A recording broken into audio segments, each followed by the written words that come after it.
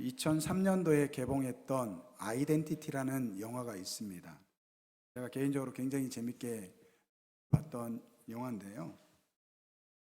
한 연쇄 살인자가 잡힙니다. 근데 이 사람이 그 해리성 다중인격 장애를 앓고 있습니다. 이 사람은 내면에 많은 존재들이 그 안에 살고 있는 거예요.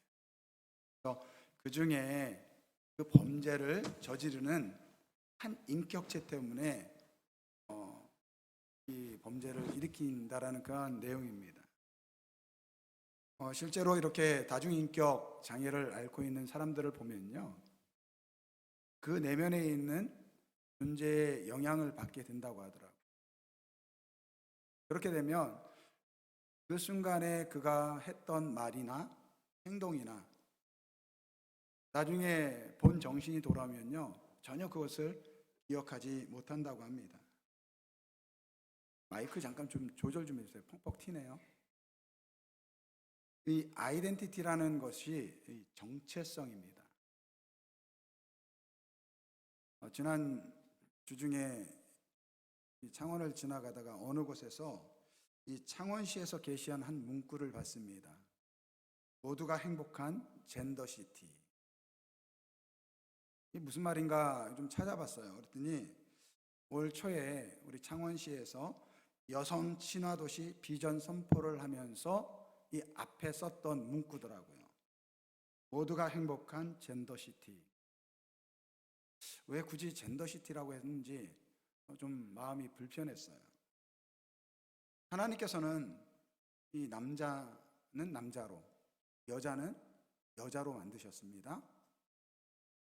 여자인데 남자 같은 사람이 있을 수 있지만 그렇다고 해서 남자가 되는 게 아니에요. 남자 같은 여자가 있을 수 있지만 그렇다고 여자라고 이야기할 수 없습니다. 그러니까 하나님은 남자는 남자로, 여자는 여자로 만드셨어요. 이게 우리의 성 정체성입니다. 그래서 남자와 여자는 다릅니다. 많이 달라요. 이 결혼하고서 제가 아직도 좀 힘들어하는 것 중에 하나가 이 아내와 쇼핑을 나가는 겁니다. 어쩌다가 이제 백화점 같은 곳에 이제 쇼핑을 가잖아요. 몇 시간 동안 막 여러 군데를 막 돌아다녀요. 그럼 어느 가게에 가면 자기 마음에 드는 옷이 있는 것 같아요. 그래가지고 막 들어보기도 하고 치수도 맞춰보고 막 입어보기도 해요. 그래서 이제 살려나 보다 라고 하는데 딱 내려놓습니다. 그러면서 그러죠. 다른 데 좀 보고 올게요. 근데 한 번도 다시 간 적이 없더라고요. 그리고 이렇게 몇 시간 백화점 쇼핑을 하고 나서 돌아올 때는요, 별 산 게 없어요. 뭐 사면 아이들 거나 좀 몇 개 사지 본인 거는 안 사더라고요.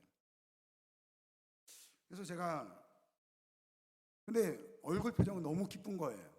그래서 제가 물었어요. 뭐가 그렇게 기쁘냐?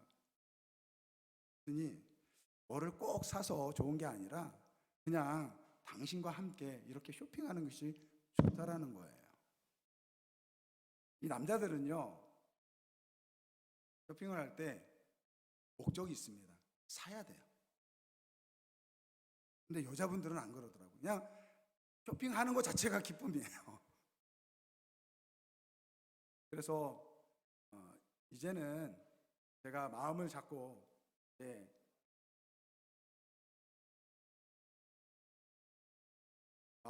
제가 이제 한번 쇼핑하러 갈 때는 그래, 오늘은 내가 아내를 위해서 내가 헌신해야지. 여전히 힘듭니다. 그냥 남자와 여자의 차이예요. 이게 우리의 정체성이라는 것입니다.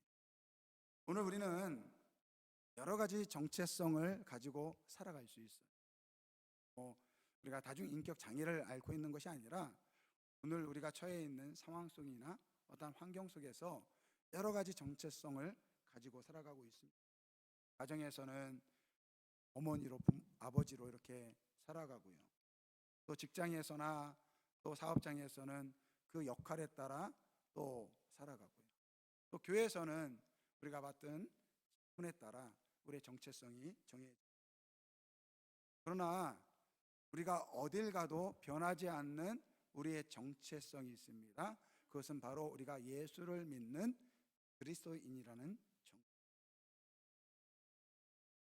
그래서 오늘은 우리가 읽었던 말씀을 통해서 우리가 그리스도인으로서 살아간다라는 그 정체성의 의미를 한번 살펴보면서 은혜를 나누고자 합니다.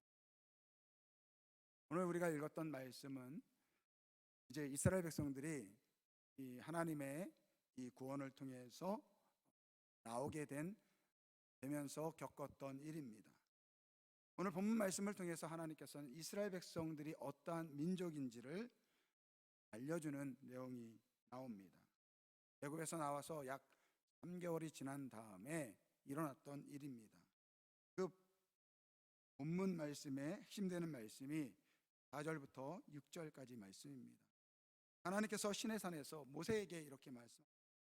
내가 애굽 사람에게 어떻게 행하였음과 내가 어떻게 독수리 날개로 너희 이스라엘 백성들을 업어 내게로 인도하였음을 너희가 보았느니라. 세계가 다 내게 속하였나니 너희가 내 말을 잘 듣고 내 언약을 지키면 너희는 모든 민족 중에서 내 소유가 되겠고 너희가 내게 대하여 제사장 나라가 되며 거룩한 백성이 되리라. 너는 이 말을 이스라엘 자손들에게 전하라. 이렇게 말씀하고 계십니다.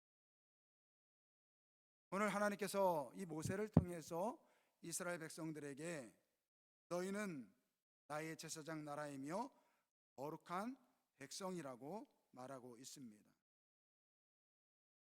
여기서 먼저 우리가 하나 살펴볼 것은 왜 하나님께서 이스라엘 백성을 선택하였느냐라는 것입니다. 두 가지 이유 때문에 그렇습니다. 첫 번째는 하나님께서 죄 지은 인간을 구원하려는 하나님의 강한 의지 때문에 그렇습니다. 하나님께서 첫사람 아담과 하와를 만드셨을 때 거기에 하나님과 첫사람 아담과 하와 사이에는 약속이 있었습니다. 언약이 있었어요. 하나님께서 인간을 창조하시고 가장 먼저 하신 것이 무엇인 줄 아십니까? 그들을 축복하셨습니다. 복을 주셨습니다. 창세기 1장 27절서부터 28절까지 말씀을 보면 하나님이 자기 형상 곧 하나님의 형상대로 사람을 창조하시되 남자와 여자를 창조하시고 하나님이 그들에게 복을 주시며 하나님이 그들에게 이르시되. 그러니까 남자와 여자를 창조하시고 뭐 하셨다고요? 복을 주셨다 그렇게 말씀. 그러니까 오늘 이 땅에 살아가는 우리는 하나님께 복받은 존재인 줄 믿습니다. 예, 그렇죠. 나는 하나님께 복된 존재입니다. 네, 우리는 하나님의 이 복을 받은 사람입니다. 근데 이 복은요, 그냥 주어지는 것이 아니라 약속이 수반된 복이라는 것입니다. 하나님께서 아담과 하와에게 복을 주시면서 한 가지 약속을 맺습니다. 모든 것을 다 너희가 누릴 것이다. 그러나 한 가지 약속을 하자. 선악을 알게 하는 나무의 열매는 이거는 너와 나 사이의 언약이다. 이렇게 말씀하셨습니다. 그리고 그 나무를 동산 중앙에다 심어 놓으셨어요. 왜 중앙에 심어 놓으셨을까요? 이 아담과 하와가 에덴 동산 어딜 가든지 볼 수 있도록. 여러분 제주도 가면요, 날씨가 좋으면 어디 가나 보이는 것이 무엇입니까? 한라산 중앙에 있잖아요. 마찬가지로 하나님께서 에덴 동산 중앙에 선악을 알게 하는 나무를 심어 놓으시고 이 아담과 하와가 그것을 볼 때마다 저것은 하나님과 우리 사이의 언약이다. 이것을 알게 하도록 하셨다는 것입니다. 그런데 아담과 하와가 그 하나님의 약속을 어깁니다. 그 결과 하나님께서 주신 그 복을 잃어버리게 된 거예요. 죄인이 되었고 그리고 그 죄 때문에 한마디로 저주받은 인생. 그런데 하나님께서는 그 저주받은 우리를 포기하지 않으셨다. 죄를 짓는 그 순간에 나의 형상대로 지음받은 이 인간을 어떻게 구원하실까? 이런 하나님의 구원의 의지가 있었다는 것입니다. 그래서 하나님께서는 그 방법으로 아브라함을 선택하신 거예요. 그리고 그 아브라함을 통해서 이스라엘 백성들을 선택하신 거예요. 여기에는 죄지은 인간을 내가 구원하겠다, 죄로 얼룩진 이 세상을 다시 죄 없는 곳으로 만들겠다는 하나님의 강한 의지가 담겨져 있는 것입니다. 이런 하나님의 구원의 의지 때문에 하나님께서는 아브라함을 선택하신 것이고 그 아브라함을 통해서 이스라엘 백성들을 선택한 것입니다. 또 다른 이유는요, 이 하나님께서 이 아브라함과 한 약속. 하나님은 약속을 지키시는 분이세요. 하나님께서 아브라함을 부르셨을 때 그에게 큰 민족을 이루겠다라고 약속하셨어요. 그리고 너희 민족에게 내가 줄 땅까지도 이렇게 말씀해 주셨습니다. 이 몇 가지 말씀을 보면 창세기 17장 7절과 8절 말씀을 보면 내가 내 언약을 너와 너 및 내 대대 후손 사이에 세워 영원한 언약을 삼고 너와 내 후손의 하나님이 되리라.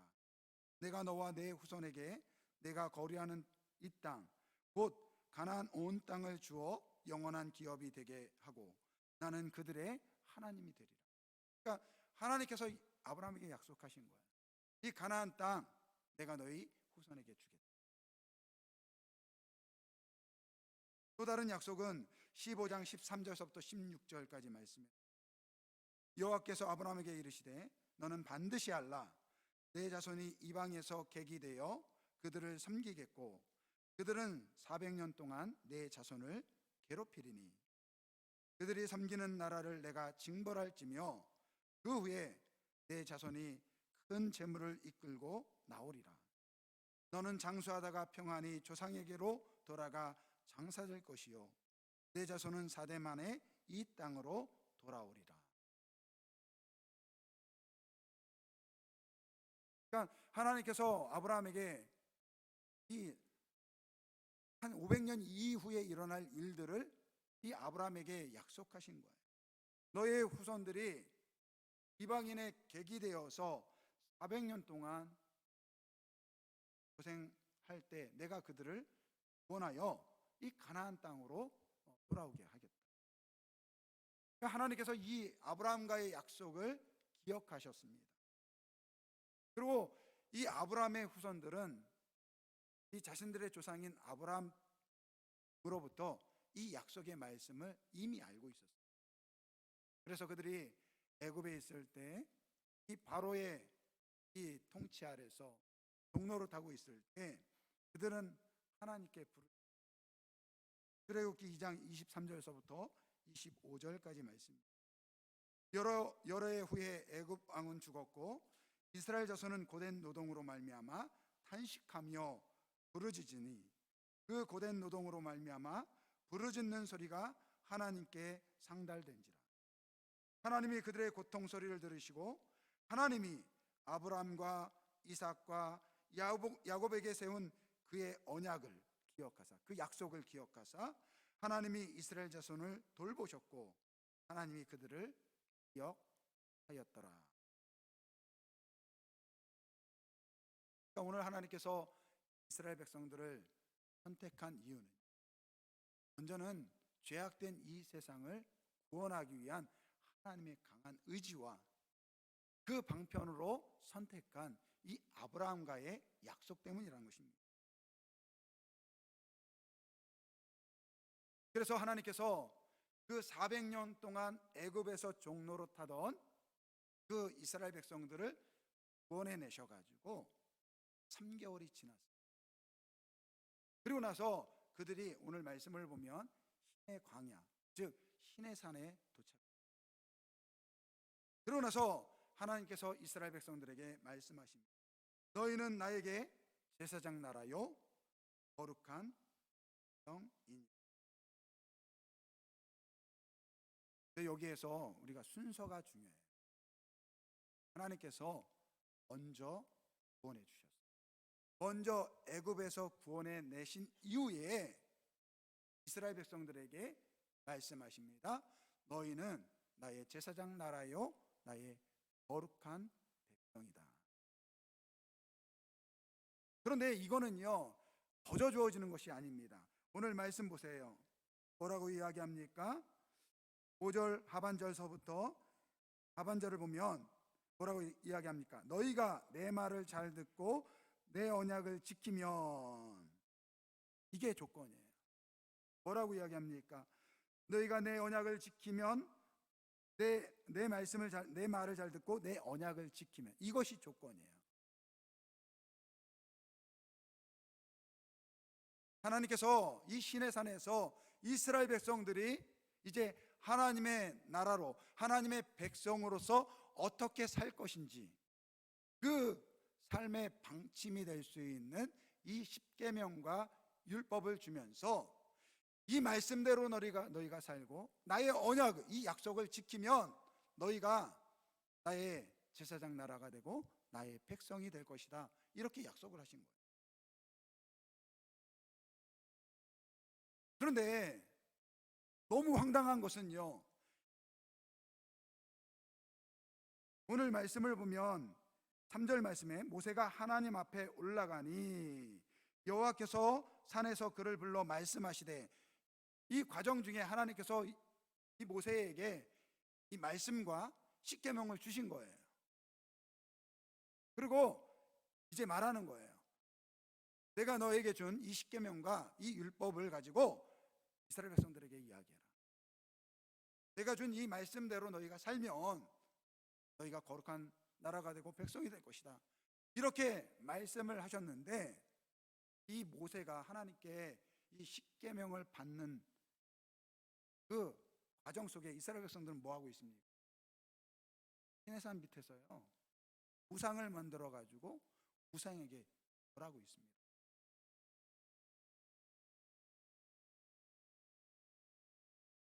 그러니까 아무리 거룩한 선택한 아브라함의 후손이라고 해도 그들의 행위로는요 이 세상을 구원할 수 없다라는 것입니다. 그래서 하나님께서 계획 수정을 하신 거예요. 이스라엘 백성들이 이 언약을 지킬 수 있는 능력이 없어요.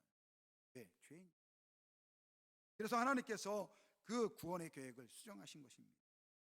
그리고 그 구원의 최후의 방법으로 예수 그리스도를 이 땅에 주신 것입니다. 그리고 예수를 믿는 모든 사람을 하나님의 나라로, 하나님의 영으로. 근데 우리는 어떤 존재예요? 이 세상의 모든 존재는 어떤 존재냐면요, 에베소서 2장 12절 말씀에 이렇게 말하고 있습니다.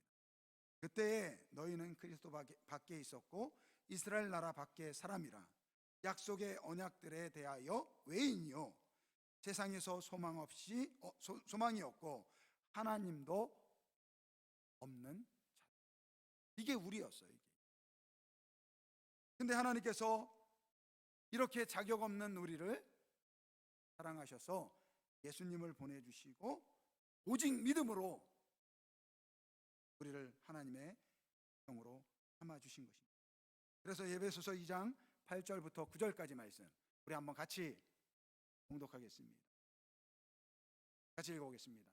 너희는 그 은혜에 의하여 믿음으로 말미암아 구원을 받았으니 이것은 너희에게서 난 것이 아니요 하나님의 선물이라. 행위에서 난 것이 아니니 이는 누구든지 자랑하지 못하게 함이니라. 아멘. 아무런 자격 없던 이스라엘 백성들을 하나님께서 선택하시고 자기의 백성 삼아 주신 것처럼 오늘 하나님께서는 예수 그리스도를 통해서 예수 그리스도를 믿는 그 모든 사람을 영적 이스라엘로 부르신 줄 믿습니다.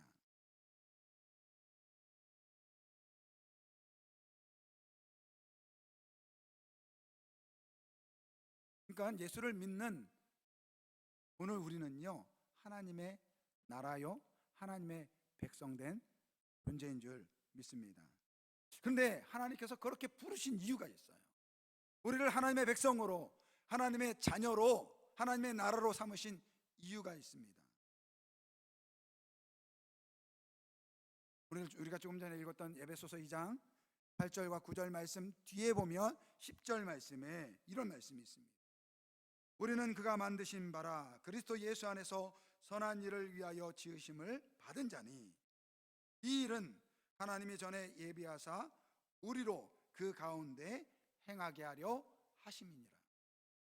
이 공동 번역을 보면 이렇게 말씀되어 있습니다. 우리는 하나님의 작품입니다.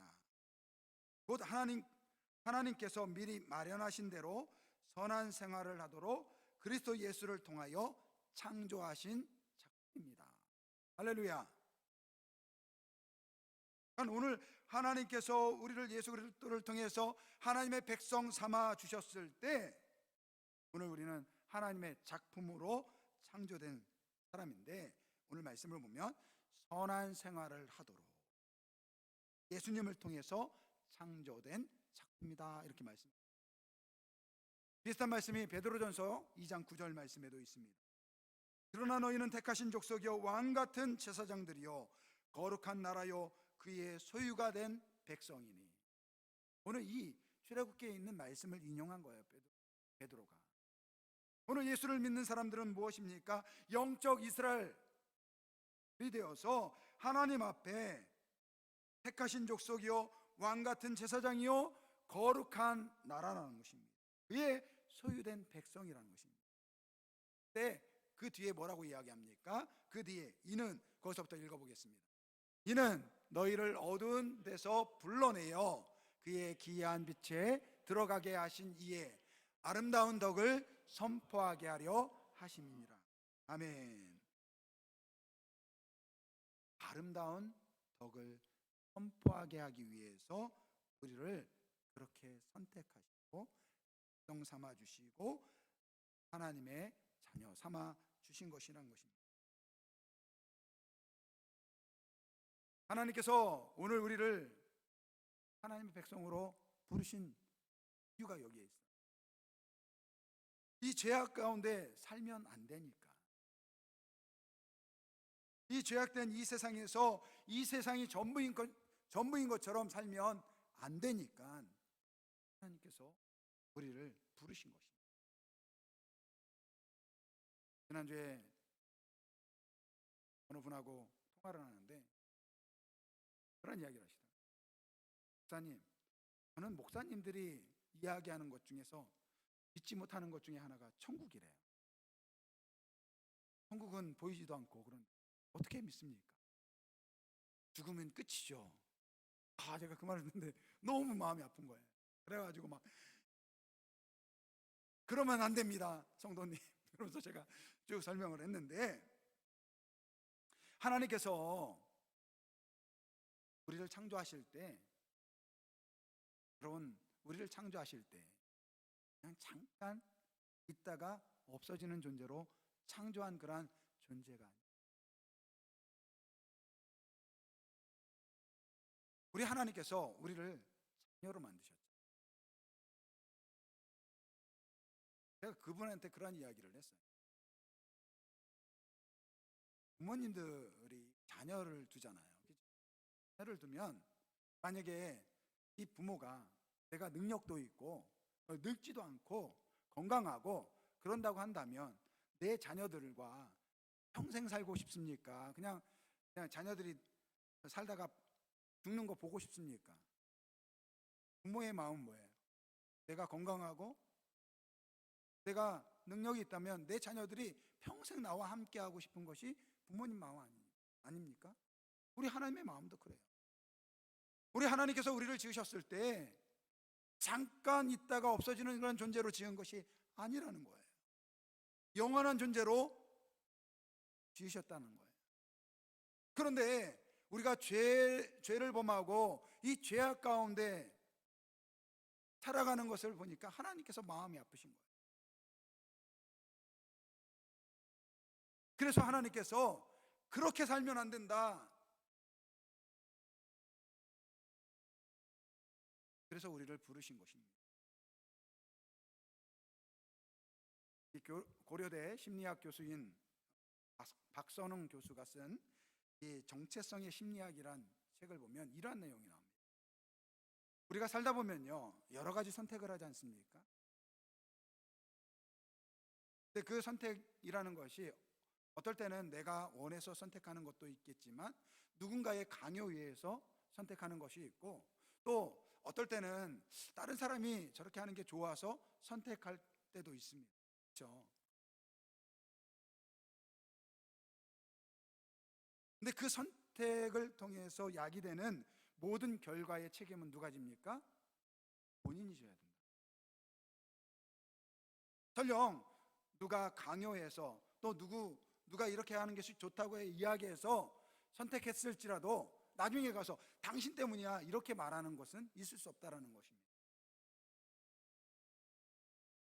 그래서 이분이 이 정체성을 가지고 산다라는 것은 이렇게 이야기하더라고요. 자신에게 가장 중요한 것, 그리고 의미가 있는 것, 좋아하는 것과 싫어하는 것, 잘하는 것과 못하는 것 등을 바탕으로 주체적으로 선택하는 것을 말합니다.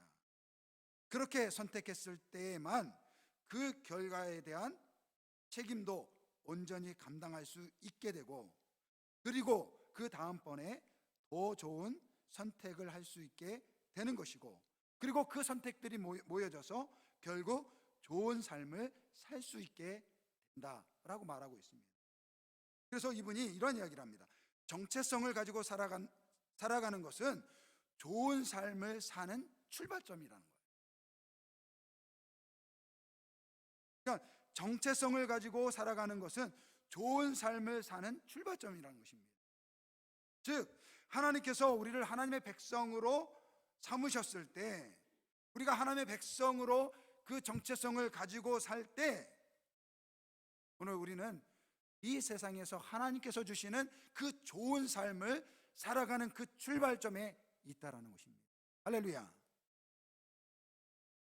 그러니까 오늘 하나님께서 우리를 하나님의 백성으로 삼으신 이유가 여기에 있는 거예요.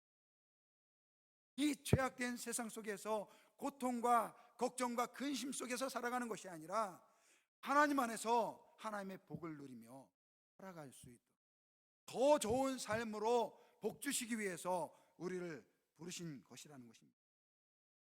저는 우리 아름다운 교회 모든 성도님들이 이 예수 그리스도를 믿는 그리스도의 정체성을 가지고 복된 인생을 사시는 분들이 되길 주님의 이름으로 축원드립니다. 그러니까 예수 믿는 것이 얼마나 좋은 것인지, 예수 믿고 살아가는 것이 얼마나 기쁜 일인지를 우리가 직접적으로 경험해야 돼요. 그리고 그 기쁨과 감사를 세상 사람들에게 전하는 우리 모두가 되어야 될 줄 믿습니다.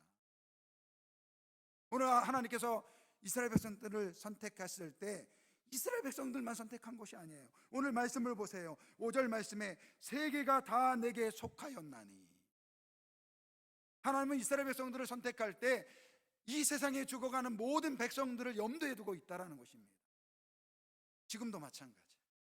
하나님께서 우리를 선택하여 부르셨을 때, 하나님의 백성으로 부르셨을 때 하나님은 이 세상에 죽어가는 모든 사람들을 염두에 두고 계시다라는 거예요. 그렇게 본다고 하면 오늘 우리 그리스도인들은 예수를 믿고 살아가는 이 복된 기쁨을 누려야 될 줄 믿습니다.